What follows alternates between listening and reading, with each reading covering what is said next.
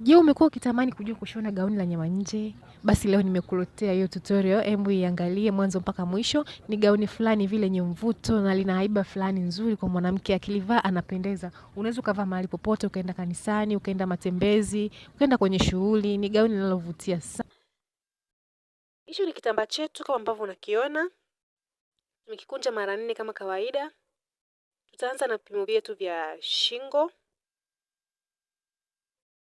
Vitu vya shingo tumeweka inchi 5.5 ambapo ni upana huo. Baada ya hapo tutakwenda kupima urefu wa mkono. Urefu wa mkono ni inchi 9 kama ambavyo unaona nimeweka hapo. Baada ya hapo tumepima urefu wetu wote kutoka kwenye shingo mpaka kwenye urefu wa mkono, tumepata inchi 14.5. Kwa hiyo tutakwenda na hiyo inchi 14.5 ambao ndio utakuwa upana wetu wote wa nguo yetu kuanzia juu mpaka chini kama hivyo unavyoona hapo. Huo ndio upana wetu sasa wa shingo. Tutakwenda kupima urefu wa shingo yetu. Urefu wa shingo yetu ni inchi 1 tu. Ambapo inchi 1 hii ya urefu ni kwa shingo ya mbele na kwa shingo ya nyuma, hazipishani kabisa, utaweka zote inchi 1. Baada ya hapo tutatengeneza shingo yetu kama hivyo ninavyotengeneza mimi.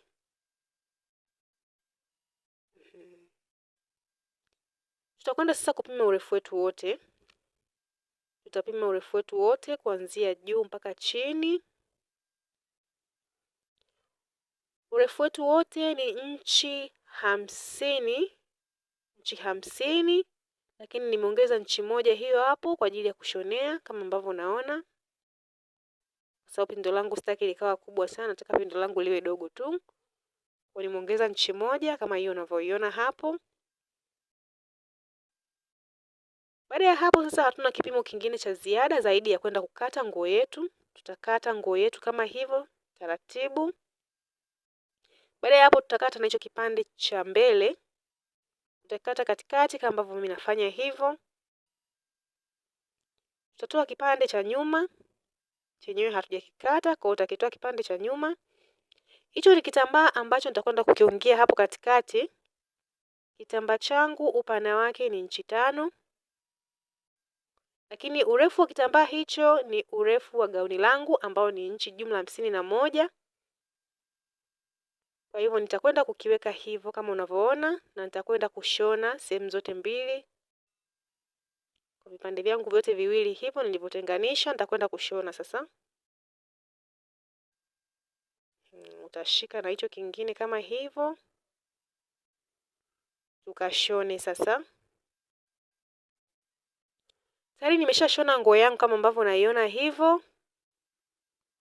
Hapo tayari nimeshakiunga kitambaa changu hicho hapo katikati. Baada ya hapo nitageuza nguo yangu kama hivyo ambavyo unaona. Na nitakwenda kushika hiyo nguo yangu hivi, nitaigeuza upande ule wa mbele. Nitashika kama hivyo unavyoona nafanya.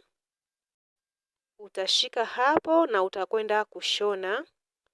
Kama ambavyo nakuelekeza utashona hapo. Utashona mpaka chini. Ya, tayari nimekwisha shona. Ndani panaonekana kama hivyo. Hivyo unavyoona. Lakini ukigeuza upande wa nje utaona kitambaa chako hivyo ambapo nimekishona tayari hapo kinaonekana hivyo. Lakini pia upande wa juu wa shingo nimeshona pia. Kama hivyo unavyoona. Baada ya hapo sasa utaweka nguo yako vizuri kwa ajili ya kwenda kunyoosha. Utanyoosha nguo yetu. Hakikisha unanyoosha vizuri. Nyoosha vizuri kabisa, unashika kitambaa chako vizuri, unyooshe kikae sawa, kilingane. Kama hivyo unavyoona mimi nilivyofanya. Baada ya hapo sasa utashika nguo yako na kwenda kushona hapo. Upande wa kwanza na upande wa pili utashona. Tayari nimeshona kama hivyo unavyoona. Tayari hapo. Baada ya kumaliza kushona hapo sasa hiki ni kitambaa chetu. Hiki kitambaa ni inchi 1.5 upana.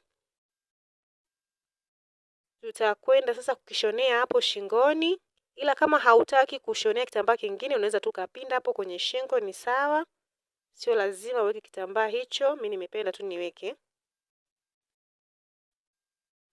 Hapo tayari nimekwisha shona na nimegongea kama hivyo unavyoona kitambaa changu kimekaa hivyo. Nimeshona kwa vipande vyangu vyote viwili, kipande cha mbele na kipande cha nyuma.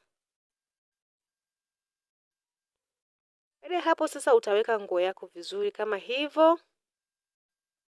Kipande chako cha kwanza kitakuwa chini na kingine cha pili kitakuwa juu kwa ajili ya kwenda kuunga kwenye mabega. Sasa utakwenda kushona hapo, lakini pia utashona upande wa pili.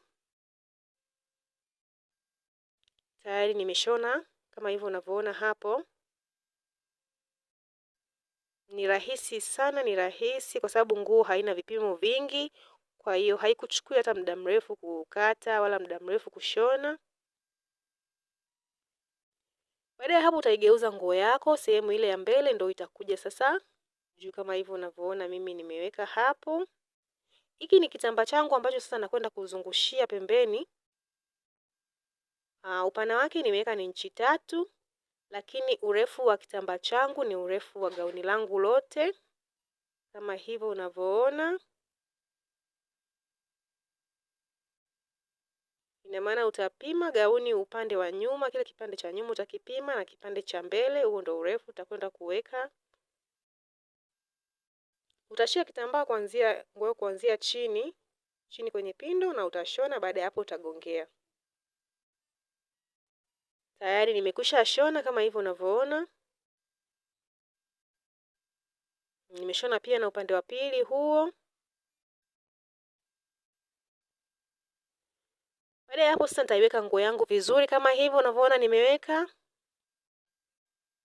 Na nitakwenda kufanya vipimo sasa vya kwapa.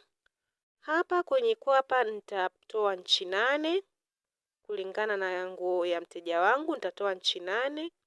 Lakini kuna wale wanene unaweza ukatoa inchi 9 pia kulingana na mkono, urefu wa mkono utakuwa umeishia wapi pia. Upana huwa huku nitatoa inchi 4, nitaziacha inchi 4 na nitakwenda kushona.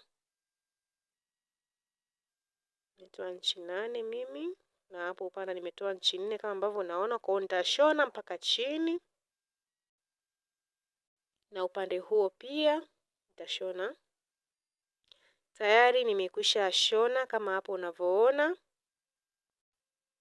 Na nguo yangu iko tayari. Nadhani umejionea ni nguo ambayo ni rahisi tu kushona, haina mambo mengi, haina vipimo vingi, haina kupotezea muda. Nashukuru sana kwa kuangalia video hii mpendwa wangu. Karibu tena wiki ijayo kwenye video nyingine. Natumai umeenjoy. Asante sana sana. Bye.